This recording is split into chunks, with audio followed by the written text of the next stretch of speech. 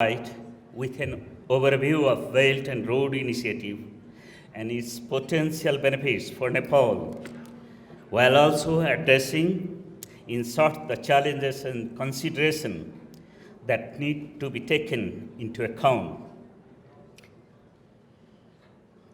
Launched by China in 2013, the BRI is a global instrumental development strategy aimed at enhancing connectivity and cooperation among countries. Since then, more than 150 countries have already joined it. According to a report published by the World Economic Forum in 2022, Chinese enterprises and banking institutions have announced their participation in about 3,800 overseas projects under BRI since 2013, involving a total investment of US dollar 4.3 trillion. BRI is a grand vision for a shared prosperity and a win-win cooperation. It ultimately helps in building a community with shared future for mankind. Its BRI objective is to promote connectivity, economic cooperation, infrastructure development, and cultural exchange across participating countries. Nepal's participation in BRI, I'll provide a brief development process. Nepal signed a memorandum of understanding with China in 2017 to join the BRI. Nepal and China have officially signed the BRI cooperation framework during the Prime Minister KP Oli's visit to China in 2024. This development further advances Nepal's involvement in the Belt and Road Initiative. During his visit, both the countries agreed in the financial cooperation modality to go through the aid assistance financing. In the aid assistance financing was agreed upon by both countries. It means it paved the way for grant as well as loan. Probably it's a soft loan. Nepal and China have agreed to expedite the development of 10 projects in Nepal after signing the framework of BRI cooperation agreement that time. The two sides will now finalize the project-based agreements to implement these projects under the framework. I do not need to pronounce all those 9 projects here. You can see in the slides. Nepal can reap immense benefits from BRI cooperation, leading to strategic roads and infrastructure, can enhance greater economic and socio-cultural cultural cooperation, ultimately a boon for peace and prosperity in the Himalayan region. History is the mirror for every society and region. During Lichavi and Malla period, Nepal was prosperous, facilitating the trade between two giant neighbors.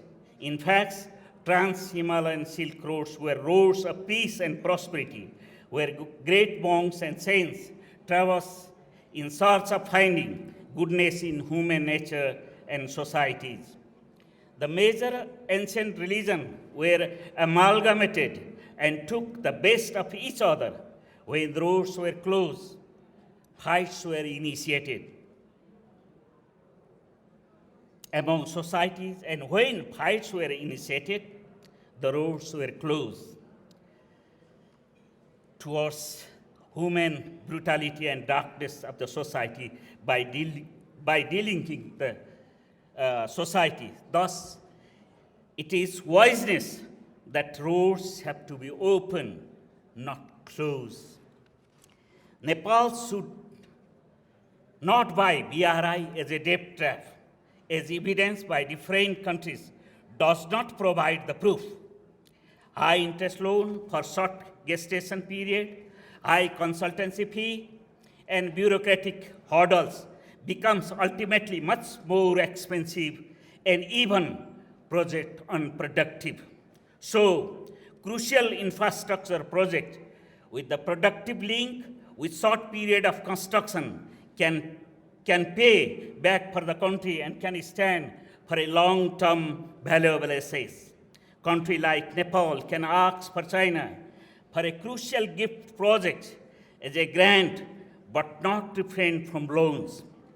Instead, Nepal has to pursue China for soft loans, and in addition, for lengthening the long-term maturity of the repayment, roughly 30 to 40 years, because it may take 20 to 25 years to reap the benefits in terms of increased output.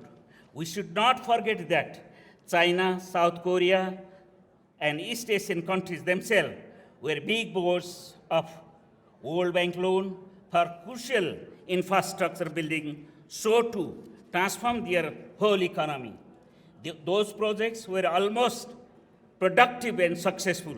Sri Lanka debt trap is more tied with World Bank, ADB, and other international loans, basically in the subsector constitutes above 90% rather than BRI investment. Hambantota Port is the victim of political instability, bad governance, and project selection amid the geopolitical tension. Yet, this project has still scope to boost the Sri Lankan economy if it is properly handled. Entrepreneurial environment facilitates trades, bring technologies and amalgam cultures and civilizations together. All roads go Beijing is a wrong notion. The roads from Beijing ultimately goes to Delhi as well. Mumbai, Kathmandu, or Pokhara is a good thing for overall development of nations and humanity. All roads go to Rome was temporary phenomenon and never been one-way stocking, burgeoning European cities and thriving of whole nation and economy is a good example of how Europe achieved regional prosperity. But war among European nations and imperialist war, especially against outside world, may be just a bad reference. Thriving Asian continent in a peaceful way in the 21st century must coordinate with a thriving nation such as China in all economic development aspects. Neither from Chinese historical cultural viewpoint nor from the city standpoint to understand BRI projects as an imperialist hegemonistic tool or as a debt trap. Or as a debt trap diplomacy is either a misconception or a deliberate fallacy. Trans-Himalayan Silk Road as an environmental concern must be addressed with the sustainable way of road construction. As an evolving technological powerhouse and builder of cutting-edge technology, China should help provide techno solution to this issue. China's becoming leading green investor in the world. China invested 103 billion US dollar against the US 40 billion US dollar It is 4 times more than the Germany and 10 times more than India. Those roads must be heavy and must support green growth in the region, along with developing green and renewable energies, organic farming, clean industrialization with green mountains, blue river, and ice-capped Himalayas. Though Belt and Road Initiative, Nepal can reap benefits. In addition, it can also play a pivotal role for not only the region, but for the global peace and prosperity. Nepal's harmonious culture, peace, religion, and peace-loving people can make conducive environment for regional peace and prosperity. Apart from this, Nepal is a unique destination of Shangri-La places and ecology in the Himalayas that are rare in other parts of the world. Nepal can facilitate shortest connecting points to join to great civilization and geographies, India and China. Nepal can further help enhancing connectivity through East-West Highway and proposed railways to connect India and other countries by BCIM corridor. Once India and China come to conclusion to connect each other. And I want to share to you that recently China and India are undergoing rapprochement. It's not only good for themselves, but also a good news for Nepal. Along with this, the world what we lived yesterday, it is significantly transformed. We are heading towards a multipolar world. And it's the very core philosophy of this multipolarity will take care of the smaller countries, of the global south countries, their sovereignty, their national interest, their development, more seriously than in the past world order. The change is at the door, and we should be hopeful. China is seriously adjusting its policy to meet the common aspirations of all people of the world. Nepal use natural resources with comparative advantage and demographic dividend of the Himalayan region and South Asia can be best developed. The region is a growth center joining Belt and Road Initiative.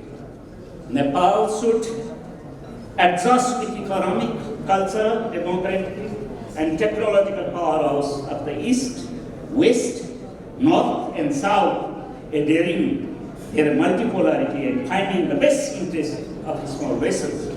We believe that Belt and Road Initiative is conducive for landlocked small vessels like Nepal, making the connecting nodes rather than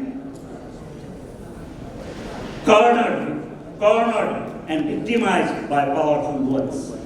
For this, Nepal should learn to build a common cooperative platform of powerhouses rather than play with one against the other and also not to be played by others. We hope that our joint efforts implementing the BRI projects with China's generous aid assistance will certainly push for new progress in advancing the Nepal-China strategic friendship, the Nepal-China strategic partnership of cooperation featuring everlasting friendship for development and prosperity. In the end, we need to be serious. We need serious commitment and concrete content rather than just having lip serving or slogan mongering that we have faced in the past. We should prove ourselves as a serious student doing his homework in a timely manner, not remain as a lazy, not remaining so self as a lazy student.